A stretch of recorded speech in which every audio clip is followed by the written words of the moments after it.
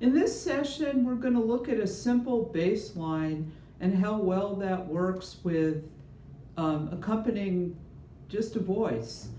The tune we're going to be looking at is Just a Few Old Memories, a tune done by Hazel Dickens, and I do it in the key of D.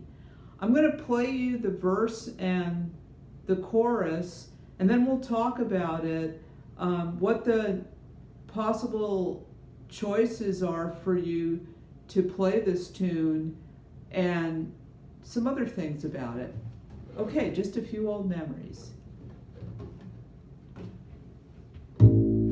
Just a few old memories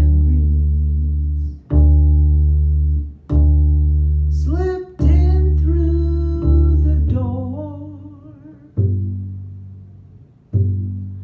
but I thought I had closed it so tightly before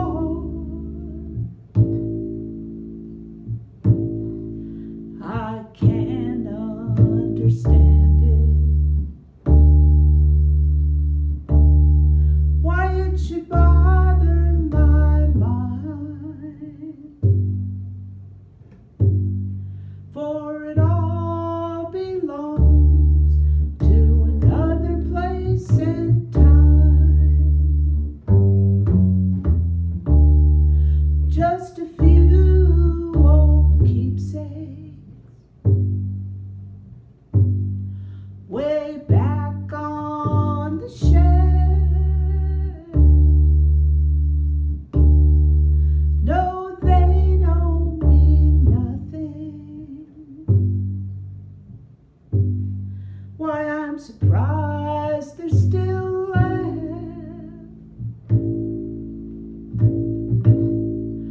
Just a few old love letters with the edges all brown, and an old faded picture that I keep turned upside down.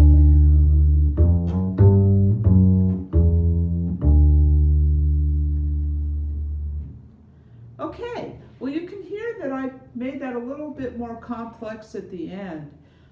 There's a lot more I could do with this tune, but sometimes that's not always such a good thing. Keeping the bass line simple does a lot for the other musicians you're playing with, and especially for the singer, because it doesn't really help the singer if there's a lot of complicated notes going on, and the singer is just trying to match the melody line that she's singing and have a nice strong bass foundation. Okay, so I'm going to make some assumptions that you already know a little bit about this style of old-time music, and you know about chords and you know about keys. But I'll just review a little bit of that. So we're in the key of D, and so the one chord is the D chord is going to be the most important, strongest chord in that major key, followed by the 5 chord or the A chord, and then the next strongest chord after that is the 4 chord, and that is a G chord. When you're playing in a jam, or you're even playing with a small group, you can always look to the guitar player to give you those chords if you don't know the tune. I've actually made a separate recording of the guitar, and you can practice this tune after we've reviewed it in this session and a few others, and play along with the guitar part. But I'm going to give you the basic chords. In the first verse, the chords are basically D, and you would be playing all open strings, or you could play this all in open strings. So your D string is your second string here, starting with a G. You've got your D string, and then your 5 chord is open A. So if you want to play a low G, you would be playing that right up here.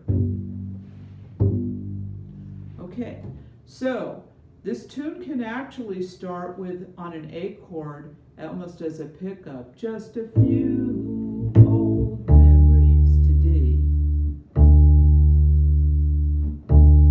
Slipped in through the door.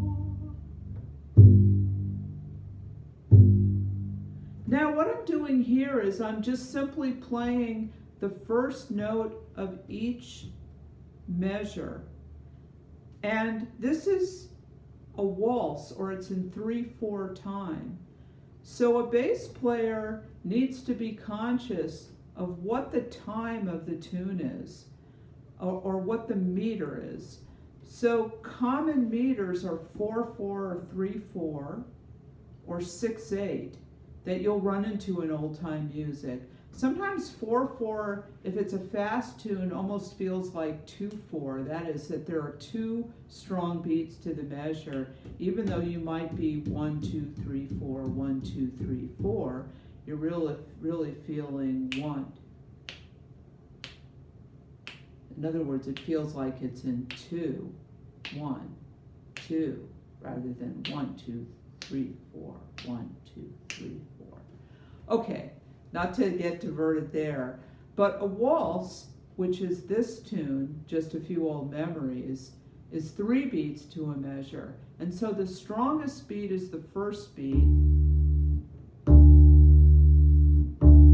But also, if you were dancing to that, the third beat would be important. So if I'm counting 1, 2, 3, 1, 2, 3, I can repeat the D on the third beat like this. 1, 2, 3, 1, 2, 3, 1, 2, 3, 1, 2, 3. I am muting when I'm playing more notes. Sometimes I will mute and stop the end of the note with my left hand.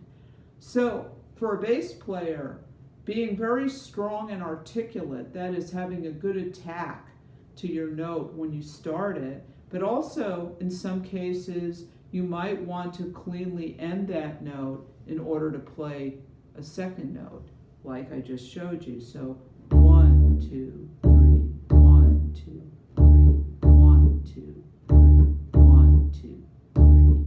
Okay? In this tune, though, most of the time, I want my note to ring out. So I'm not stopping it here against, my finger ends up on the A string, but I'm not muting it. 3, 1, 2, 3, 1, 2, 3, 1, 2, 3. So I'm just muting it before I get ready to play it after 3 beats have gone by. That's kind of a subjective thing. It's a stylistic thing by each player, but you've got that option to do that. To get a nice, strong attack, I'm using the side of my finger when I'm picking rather than the balls of my fingers. Sometimes, though, I do use my middle finger, and in that case I'm using more of the tip of my finger. But to get a really nice, strong attack, using the side of my finger and sometimes using these two together gives me a really nice, strong, good sounding note for all of them. G, D, A, E. Excuse me. Okay. What else can we talk about? Okay. Let's go through the chorus, which starts on G. Just a few, just a few old keepsakes. So actually, similar to the way that the verse starts, you're actually going to approach it with a pickup on, in this case, on D. Just a few old keepsakes to G. Way back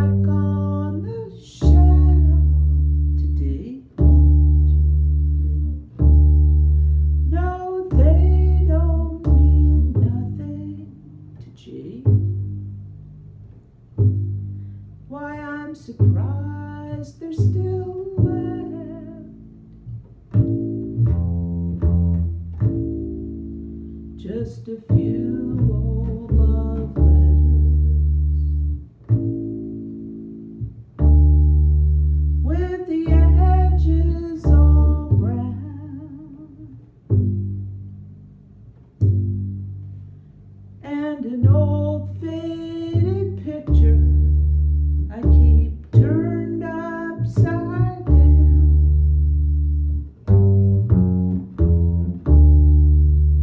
So in that chorus, the second half of it goes right back to the verse.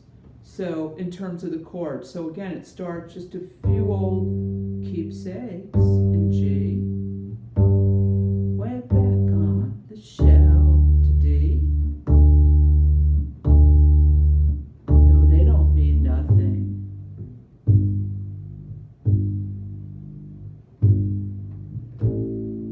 To A. And then it goes back to the same as the top of or the second half of the verse.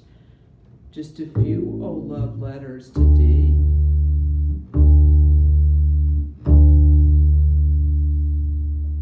The edges all brown to G.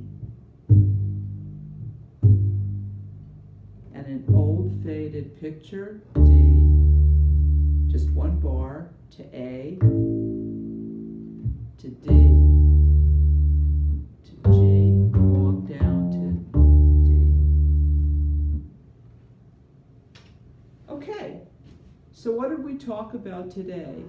We talked about that having a one-note bass line can be really useful for supporting a singer by not making it too complicated. And I might add that the walking bass lines always occur, or should always occur, when the singer is taking a break and is silent.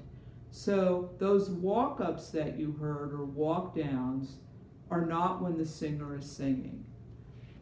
Okay, so one-note bass lines are important. Sometimes adding the third beat and repeating the note, like D, 2, 3, 1, 2, 3, 1, 2, 3, is very typical when you've got dancers, because that third beat then leads you into the first beat of the next bar. So again, I'm playing the same note.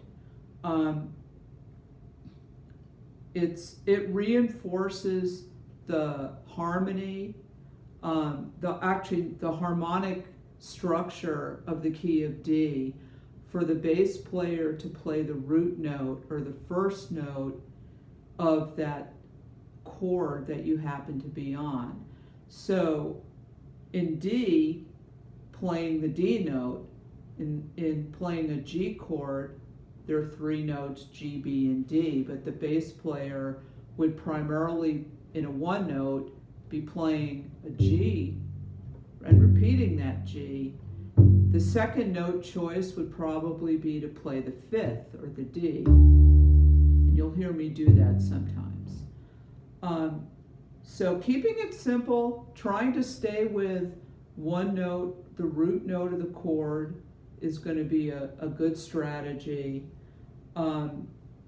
Being articulate, having a really good attack, and then depending on what's going on in the tune, you can either let it ring, the note ring out, or you can mute with your hand. You can listen to the separate guitar track that I recorded of this tune and practice your bass part along with it. Thanks a lot for listening.